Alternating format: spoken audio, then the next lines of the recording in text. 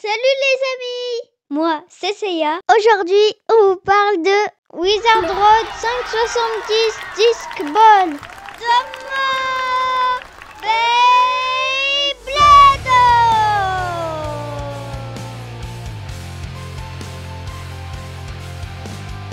Wizard Rod 570 Disc Ball est une combinaison de type endurance à rotation droite. Cette UX03 est un booster, cela signifie que vous n'aurez pas de lanceur livré avec la toupie.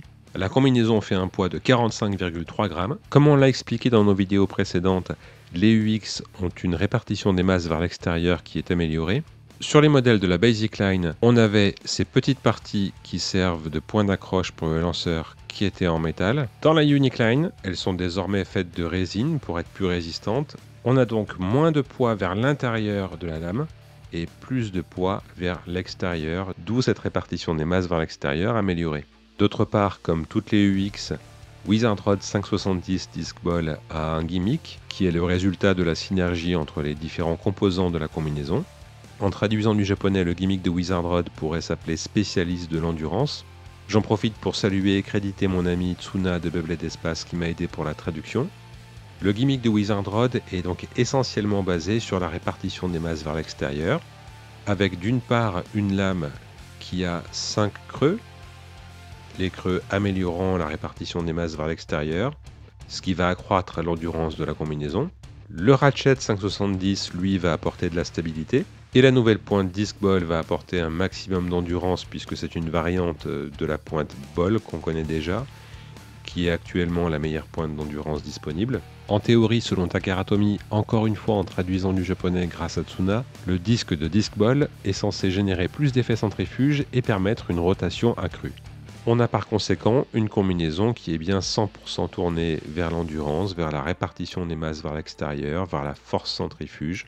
On va analyser ensemble chaque composant et comme d'habitude, on vous proposera des solutions pour modifier et éventuellement améliorer le combo si besoin. 3, 2, 1, wash it off! Oui!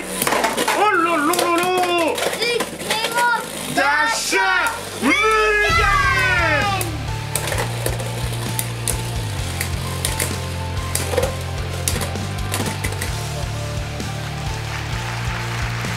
Dash it off!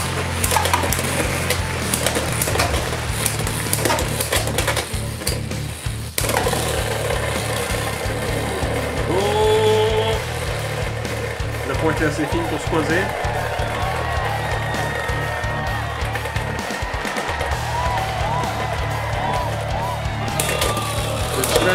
J'ai raison. Dash it off!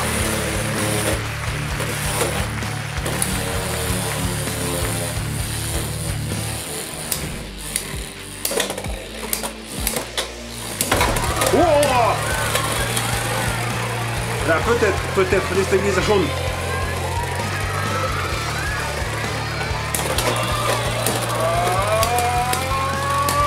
Nikuza! Nixon! LAD, là tu veux m'avoir un LAD. Là tu veux m'avoir un LAD. Non, non, ça passe. Oh là là là là là là. Avoir un LAD. Non, non. Gouache ça!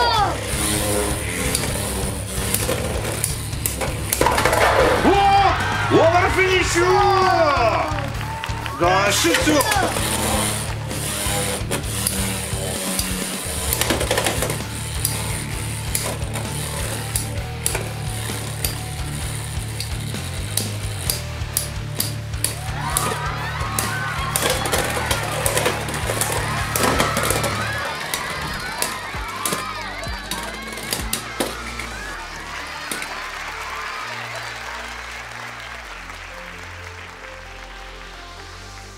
La lame Wizard Rod fait 35,3 g. On est donc au-delà de la moyenne du poids des lames de la Basic Line, à l'exception bien sûr de Phoenix Wing et Cobalt Drake. Ce poids relativement élevé va contribuer à apporter de l'inertie et de l'endurance à la combinaison.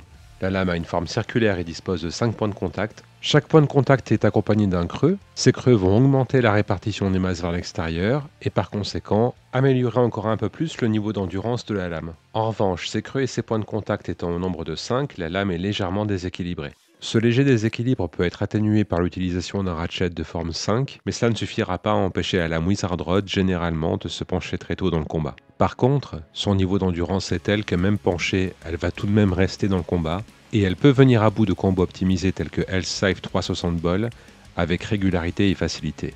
L-Scythe 360 Ball était pourtant jusque-là la référence des combos de type endurance. En fonction de la lame adverse, Wizard Rod peut parfois effectuer de puissants contres. Entre son haut niveau d'endurance et son minimum de potentiel défensif, Wizard Rod peut même donner du fil à retordre à des lames comme Phoenix Wing, même dans des combos optimisés. Wizard Rod n'est pas pour autant une lame surpuissante, elle peut notamment être mise en difficulté par des lames comme Unicorn Sting ou Cobalt Drake par exemple. En conclusion, malgré son léger déséquilibre, Wizard Rod n'a aucun mal à s'imposer comme une excellente lame de type endurance. Le ratchet 570 pèse 6,7 g. La forme 5 n'est pas nouvelle, comme on vous l'a expliqué dans notre vidéo sur les ratchets. Elle est principalement utilisée dans des combos de type endurance-défense, et plus particulièrement dans des combos stationnaires en utilisant des pointes comme Needle, High Needle, Spike, Orb, etc. C'est un ratchet qu'on utilise pour rééquilibrer les combos et leur apporter de la stabilité de manière générale. Comme on vous l'a dit, les ratchets de type 5 vous permettront de contrecarrer le léger problème de déséquilibre de la lame Wizard Rod. Par contre, ce qui est nouveau, c'est la hauteur, puisqu'on a un ratchet de hauteur 70, c'est-à-dire un ratchet de 7 mm de haut. On est pile entre les 60 et les 80, les 60 faisaient 6 mm de haut, les 80 en faisaient 8. On a également un changement de résistance au niveau du verrou, c'est-à-dire qu'avec les ratchets de type 60, on a un verrou qui est faible. Avec les ratchets de type 80, on a un verrou qui est beaucoup plus résistant. Avec les ratchets de type 70, on a un verrou qui a une résistance intermédiaire entre les 60 et les 80. J'attire votre attention sur le fait que malgré une résistance du verrou qui est plus élevée, les ratchets qui sont plus hauts sont plus exposés et ont par conséquent tendance à burster plus facilement. Nous, ce qu'on va vous recommander, c'est de faire attention à la hauteur de la pointe que vous utilisez. En soi, le ratchet de type 70 n'entraîne pas autant de problèmes de burst que le ratchet de type 80, mais si vous le combinez avec une pointe qui est elle-même haute, le ratchet sera de nouveau très exposé et vous souffrirez de plus de burst dans vos combinaisons de type endurance ou défense. Alors, lors de notre vidéo précédente sur Elzhammer, on a essayé de vous montrer un peu comment repérer plus facilement les ratchets de type 70. J'espère que vous arrivez à les voir. On a des petites fentes. En comptant le nombre de fentes, vous saurez à quel type de ratchet vous avez affaire. Dans l'exemple du ratchet de type 70, on va avoir 4 petites fentes d'un côté et 3 de l'autre. Ça fait 1, 2, 3, 4. Et de l'autre côté, 1, 2, 3. On a donc un total de 7 fentes. Ça nous indique qu'on a bien affaire à un ratchet de type 70. Si je compare un ratchet de type 60, on va avoir 6 fentes, c'est-à-dire 3 de chaque côté. Donc on a affaire à un ratchet de type 60 avec un ratchet de type 80. Je ne vais pas vous la refaire, vous avez compris, vous aurez 4 fentes de chaque côté pour un total de 8 fentes, ce qui signifie que vous avez affaire à un ratchet de type 80. C'était la petite astuce de l'académie. De rien. Pour résumer, en l'état actuel des choses, le ratchet 570 peut être une alternative intéressante à 560. Simplement, veillez à garder le combo le plus bas possible par ailleurs dans les combos de type endurance-défense. Du fait de l'absence de partie élargie sur les pointes endurance et défense, si le combo est trop haut, vous vous retrouverez de nouveau avec ce fameux problème de burst qu'on a avec les ratchets de type 80. La pointe Disc Ball pèse 3,2 g. J'attire votre attention sur ce poids, puisque cette pointe pèse quand même 1 g de plus que sa version précédente Ball. Et dans le Beyblade, 1 g par-ci, 1 g par-là, ça peut faire une grosse différence au final. Comme vous pouvez le voir, Disc Ball a une forme très proche de celle de Ball.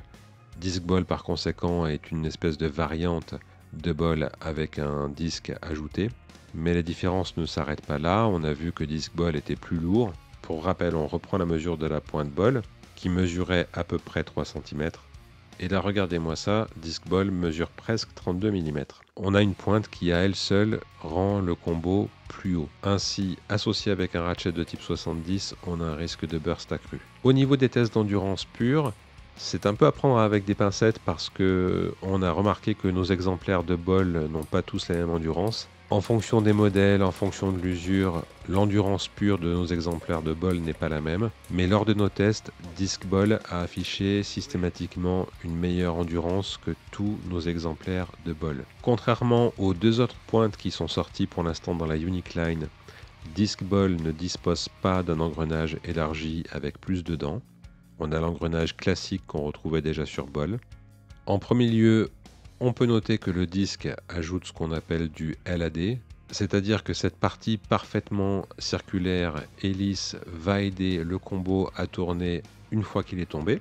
Historiquement dans Beyblade, quand une partie de ce type est ajoutée sur une pointe, on a généralement une augmentation du LAD, comme on vous l'a dit, mais l'objectif est aussi de servir de frein à la combinaison lorsqu'elle est projetée. C'est-à-dire que suite à une projection, la combinaison va se pencher et au lieu d'être complètement repoussée, la partie circulaire va bloquer en quelque sorte la combinaison et la freiner. En théorie, cela pourrait empêcher ou retarder la déstabilisation du combo. Le seul problème avec ce disque, c'est qu'il n'est pas en rotation libre. Comme il n'est pas en rotation libre, cela signifie que lorsque la combinaison se penche et que la partie circulaire fait contact avec le stadium, on a un niveau de friction qui est augmenté, ce qui peut entraîner une perte d'endurance. Si le disque est en rotation libre, la friction s'en retrouverait limitée et par conséquent, l'endurance et la vitesse du combo seraient préservées. En revanche, ce qui peut être intéressant pour les joueurs, je ne sais pas si je vais y arriver, mais je vais tenter de vous montrer ce qu'on a observé. Lorsque la combinaison est projetée en direction de la Extreme Line, ce que le disque de Disc Ball a tendance à faire, c'est de bloquer le combo contre la Extreme Line et ainsi empêcher l'engrenage de rentrer en contact avec la Extreme Line. L'intérêt de cette manœuvre, c'est que si le combo n'emprunte pas la Extreme Line, son endurance ne sera pas épuisée par le Extreme Dash qui sera consécutif à la prise de la X-Line. J'insiste, ce n'est pas systématique, mais la plupart du temps, Disc Ball, au lieu de laisser le combo emprunter la Extreme Line comme on le verrait d'habitude, va effectivement agir comme une sorte de frein et repousser la combinaison vers le centre du stadium. D'autre part, une des conséquences de ce disque est que lorsque la combinaison commence à pencher lors du combat, elle va prendre appui sur le disque et elle risque de rester coincée en quelque sorte dans cette position. De ce fait, Disc Ball n'est pas nécessairement une option à privilégier avec des combos déstabilisés en espérant que le disque vienne les équilibrer. Peut-être, je dis bien peut-être, qu'il vaut mieux voir Disc Ball comme un choix au contraire qu'on va appliquer avec des combos très équilibrés pour limiter les contacts du disque avec le stadium et simplement profiter non seulement de l'augmentation du poids et de l'endurance pure de Disc Ball, et aussi profiter du fait que le disque a une petite chance de vous épargner les Extreme Dash et la Extreme Line, ce qui au final préservera votre endurance. Nous vous conseillons simplement de faire attention à la hauteur finale de votre combinaison, du fait de la hauteur relativement élevée de Disc Ball. Grâce à son design général, son poids plus élevé, Disc Ball est sans aucun doute une excellente pointe de type endurance. Dans l'ensemble, on a un combo d'origine qui a une excellente endurance et un très bon LAD. Si vous préférez jouer avec les combinaisons d'origine issues de l'anime, alors Wizard Rod 570 Ball est un excellent combo qui viendra à bout de nombreux stocks combos déjà sortis dans Beyblade X. En revanche, cette combinaison n'est ni surpuissante ni invincible. Elle a notamment cette tendance à se pencher relativement tôt dans le combat et sa hauteur élevée, à cause de la pointe Disc Ball et du ratchet 570, peut entraîner une résistance au burst médiocre voire faible. En ce qui concerne l'amélioration du combo d'origine, si vous tenez à garder l'association Wizard Rod Disc Ball, il peut être intéressant pour vous de remplacer le ratchet 570 par 560 afin d'abaisser la hauteur du combo. Cette modification a pour but d'améliorer la résistance au burst de la combinaison. Comme on vous l'a dit, Wizard Rod a un excellent niveau d'endurance, mais elle a aussi cette tendance à se pencher assez facilement. Son niveau d'endurance est tel que ça ne l'empêchera pas d'avoir des résultats. De la même manière, elle a tellement d'endurance que la plupart des pointes de type endurance ou défense sont jouables. Que ce soit la pointe ball traditionnelle pour abaisser la hauteur du combo et limiter le risque de burst, ou encore needle, high needle, spike, orb, etc.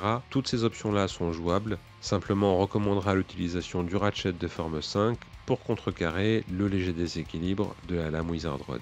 On ne vous cache pas qu'on a pas mal expérimenté pour que la lame Wizard Rod se penche un peu moins tôt dans le combat. Pour l'instant, la meilleure option qu'on ait trouvée, c'est la pointe Hexa.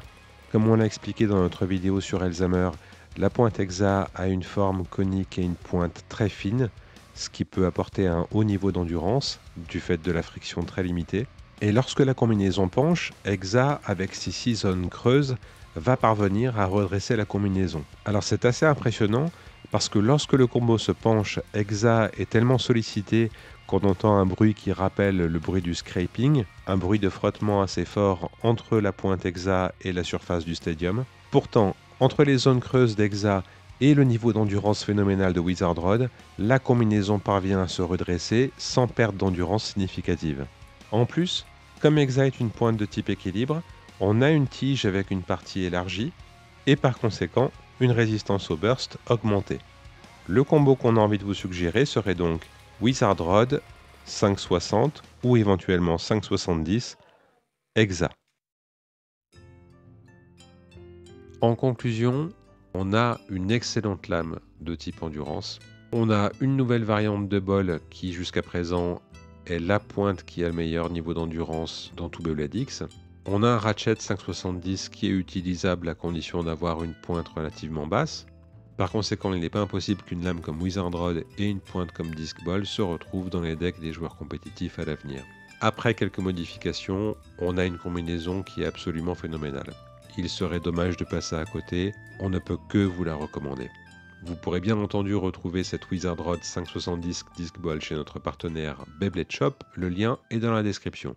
Et vous, c'est laquelle votre X préféré? Dites-le nous en commentaire. On espère que ça vous a plu. Et si c'est le cas, s'il vous plaît, abonnez-vous. On vous dit un grand merci. Arigatou gozaimashita!